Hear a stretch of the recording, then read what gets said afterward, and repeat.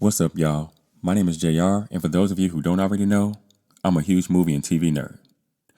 If you're new here, I appreciate you taking the time to check out my channel. I hope you'll consider sticking around and joining the film community I'm trying to build here on YouTube. So in today's video, I'm going to be giving my reaction and review and a bit of an explanation for those of you who might need it of the Max original film, Caddo Lake. And just so you guys know, this video will contain spoilers. More spoilers than usual if I'm being honest, because there's a lot I need to get into in order to tie out everything together on this one. So bear with me if you would. And if for some reason you haven't gotten around to watching this movie yet, and you don't want to know anything that happens in it, trust me, you might want to exit this video now. And with that being said, no more wasting time. Let's get into it.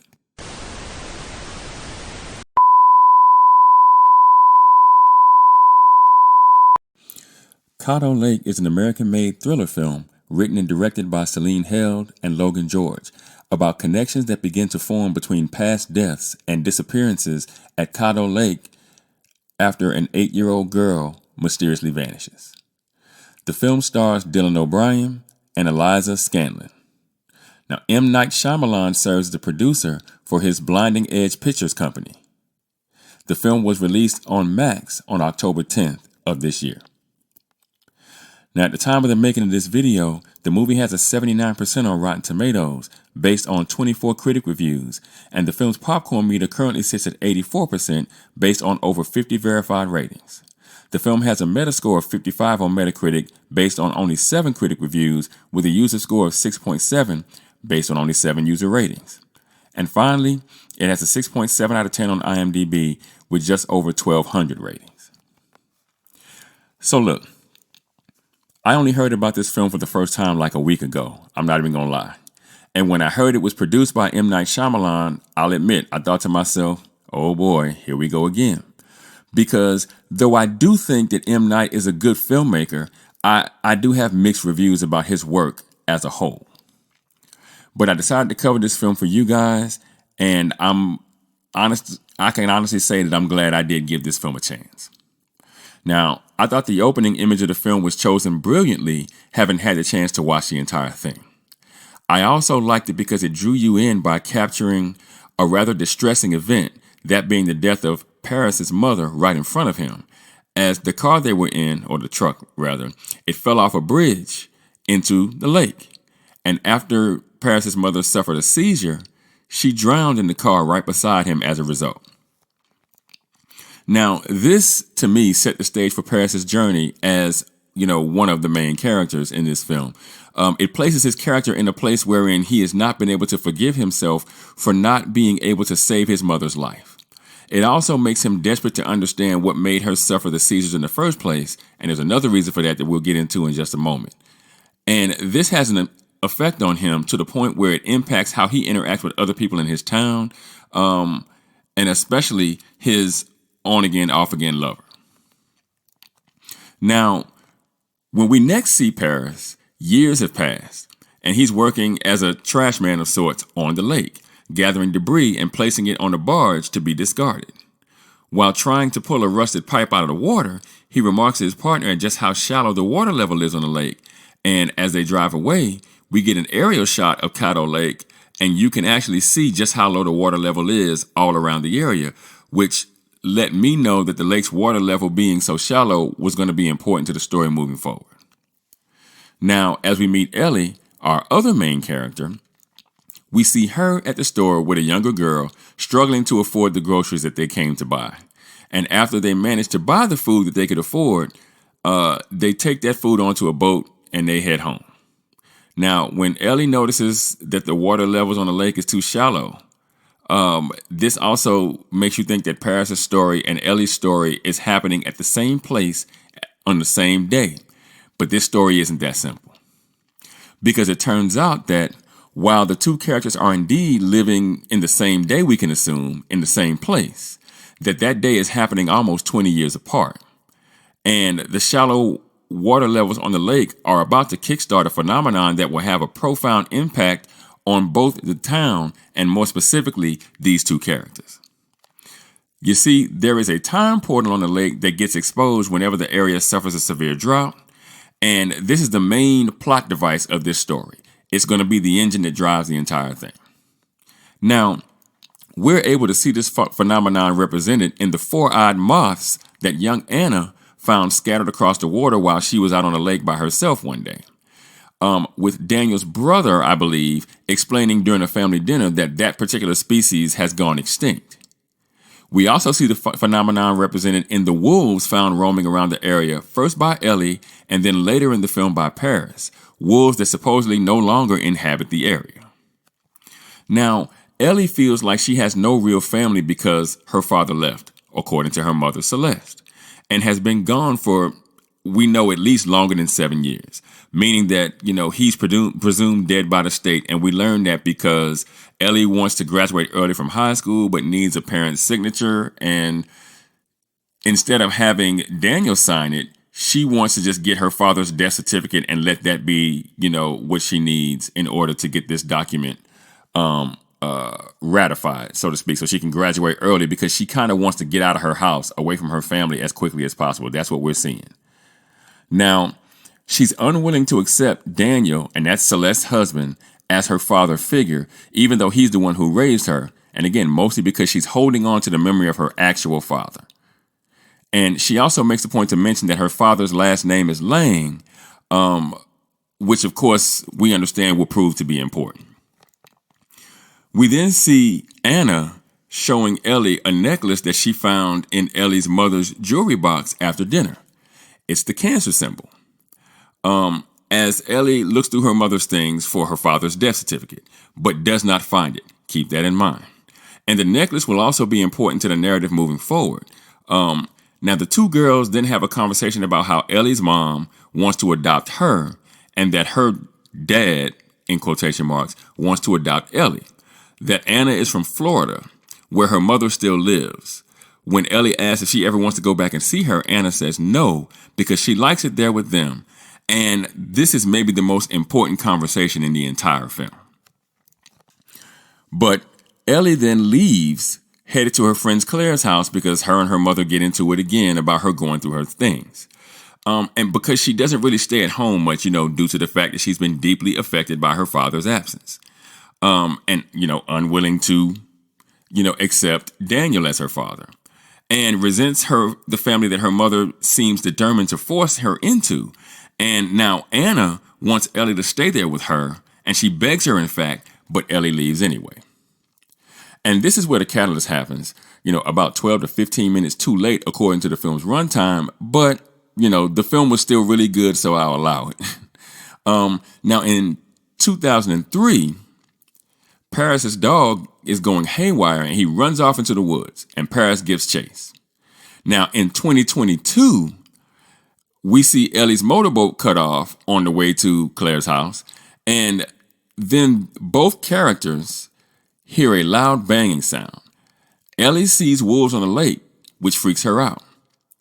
But then at Claire's house, we see Ellie explain to Claire that wolves don't live there, and that someone must have let them loose, before she ultimately makes a bed on the floor and goes to sleep. Now, upon waking the next morning, she learns from a voicemail from her mother that Anna has run off and disappeared. Meanwhile, in 2003, Paris is removing the pipe in the water from earlier, and his partner explains that they shouldn't have even run into the pipe because the water should be deeper, but it's not, hence because of the drought. Now, Paris asks if they should follow it, and his partner refuses, but he tells Paris, hey, you're welcome to go follow this thing yourself, but I'm not going anywhere, right? Now, what both the writer-directors did to this point in the story was really, really slick. You see, they melded the two time periods together to the point that you don't know that you're watching two characters living their lives almost 20 years apart, and they did so they could spring the whole time portal thing on us in surprising fashion, and then off we go into Act 2. Because, look, what typically you would see when you're trying to skip ahead a whole bunch of years is a cut to black, a superimposition of some kind, 20 years later, something like that. But because that doesn't happen, and because both of the characters are experiencing a drought on the same lake, you get the sense that, okay, this is all happening in real time, but it isn't. And this is what makes this movie so very, very special. Now from there, Paris makes his way through the woods, following the pipe, until he accidentally crosses over the time barrier. And he hears wolves howling, which seems to confuse him, so he turns and he goes back. And when he gets there, he notices a bunch of junk has washed up on the lake, stuff that wasn't there when he left the first time. So who knows how long he's been gone in his own time, and the junk is stuck in the boat's propeller and all kind of stuff. And so he has to clear it. And as he clears the debris, he finds the cancer necklace, like the one that C was wearing in an earlier scene, which confuses him, though I suppose there could be more than one cancer necklace, right? I mean, it's definitely not custom. But I understand the filmmakers they're using this too as a plot device. So I'm not going to eat their lunch over it, right? As writers, we all need our plot devices, right? So, fair game, right? Now, meanwhile, in 2022, Ellie seems surprised to learn that the boat she just docked by the house isn't there anymore, which is her first hint that something weird may be going on. She's like, I just parked the boat. I just got back to the house. Like, how could the boat be gone? And, Paris has gone to his father's house and found another cancer chain in like a clear plastic bag, like the one he found in the water. But he leaves just as his father arrives home from the hospital. Now, at this point, I won't lie, I was kind of confused as to who the necklace actually belonged to, because again, we saw C wearing the necklace, but then I thought, well, how could the necklace end up in the water? If C was wearing it, I didn't understand. But we get to the nitty gritty as we move forward here. So just put a pin in that. We'll come back to it. Now, in 2022, Ellie and her family are all out looking for Anna with the police's help. And in 2003, Paris takes C out to where he found the necklace, hoping to find a portal again in order to show it to her. But she just seems confused about what Paris is talking about. And later, Paris tries to explain to C what exactly happened to him when he crossed the barrier, that his ears, popped, or, the sound went out, and, his hands were shaking. And C mentions that Paris has seizures, just like his mom. He also tells C that he could feel his mom out there. Though C is still a bit confused, but she mentions a time before where the area experienced a similar drought and that Paris has trouble remembering that time. So it's almost like there's some kind of like you lose time or you black out when you cross over these barriers or what kind of thing. And so there's certain parts in Paris' life that he doesn't remember. So keep that in mind as well. Now, Paris then, he hears what C tells him, and it kind of jogs his memory. So he goes back to his job and he checks files against a notebook he has that outlines, both when the area dealt with droughts and also, I guess, gaps in his memory or when his mom may have had seizures. Now, in 2022, the townspeople are preparing to continue to search for Anna. And Ellie gets into an argument with the sheriff about the fact that there are areas on the map that he's using that, because of the drought, are now land and not water. He even makes the point that he lost 5 boats the day before because they all got stuck because the water had receded so much, right? Now, Ellie makes the point that, Anna could have gotten stuck as well. And keep in mind, at this point in the movie, we've heard a few people mention boats getting stuck in the film. So boats being able to get stuck is kind of important, and you kind of realize, okay, that's probably exactly what happened with Anna. A boat got stuck. And, he tells Ellie that he plans to have the dam opened in order to raise the water levels on the lake so that the boats can get through, but that he needs approval from Marion County to do it because the dam has a crack in it. So keep that in mind as well. But long story short, eventually Paris accidentally makes his way to 2022 and he finds Anna hurt in the woods. Or I'm not sure if he's in 2022 because Anna may have also gone through the time barrier. That's not made really clear, in my opinion. Now, she's hurt. She's been injured by a sharp stick. Now, he pulls the stick out and does what he can to treat her injuries. Then he picks her up and he accidentally carries her across another barrier and he hands her off to a group of men in 1952. And the writers make sure you know it's 1952 because Paris specifically asked the men what year it is. I mean, he notices how they're dressed. They've kind of got a horse and buggy kind of situation happening. So he's like, oh, this is kind of weird. What year is it? And they tell him it's 1952. Now, from there, these two characters kind of move back and forth through time, most of the way still unsure about what exactly is happening, until finally Ellie runs into her mother accidentally. Now, she doesn't know it's her mother, but in 2005. And she takes a picture and she matches the picture of Anna to photos from 1952. And that's when she learns that Anna's real last name is Lang. And from there, she finds article reporting that Anna died in a car accident. And, at an older age, of course. And there's a picture of her wearing the same cancer necklace we've been seeing all throughout the film. She goes on to find photo albums of her online, because she's dead. I guess people just made like little tribute albums. And that's when she sees that Anna got married and she had a son. And Ellie begins to cry when she seems to recognize the man in the photos with Anna and Anna's husband. Now, as for Paris, he finds himself in the right place at the wrong time when he comes out of the portal in 2022. And he finds the boat that Anna was in and decides to take it. Now, this leads the police to stop him, and they believe he may have done something to Anna because they asked for his ID and where he specifically got the boat. Now, Paris tries to catch out, but, going at high speeds, he flips the boat, knocks himself out, and he's captured by the cops. He's then taken to the hospital and he's sharply questioned about Anna. Now, he ends up sneaking out his room when he gets a chance, but he sees a news report on TV about Anna being missing and sees her wearing the same cancer necklace, which seems to be the eureka moment for him. And then as he's, sneaking around the hospital, he then finds his dad is in the hospital on life support, which is an emotional moment for him. Now, at the beginning of the film, Paris's dad has a bit of a cough. And then years later, when Paris stops by his dad's house for his mother's necklace, we know it's his mom's necklace now. We find out that his dad has been in and out of the hospital and that he's wearing a nasal cannula. So we see that, we can assume his condition has gotten worse. And now it seems like it has gotten so much worse to this point that he's on his last leg. So, even though we don't spend a lot of time with Paris's father in this story, it's still pretty sad to see what ends up happening to him. Now, he tells his dad that he found his mom and that there's a place on the lake where you can travel through time. But then Paris's conversation with his dad is interrupted and he's forced to make a run for it when the cops notice that he's left his room, stealing a car in the parking lot of the hospital from Daniel and Celeste in the process. And what's interesting is, as he's taking the car, Celeste is getting out. She looks at him strangely during the act, like maybe she recognizes him. But he leads the cops on a high-speed chase through town, and he ultimately ends up escaping the cops by parking the car on the bridge and jumping off, of all things, right, into the lake.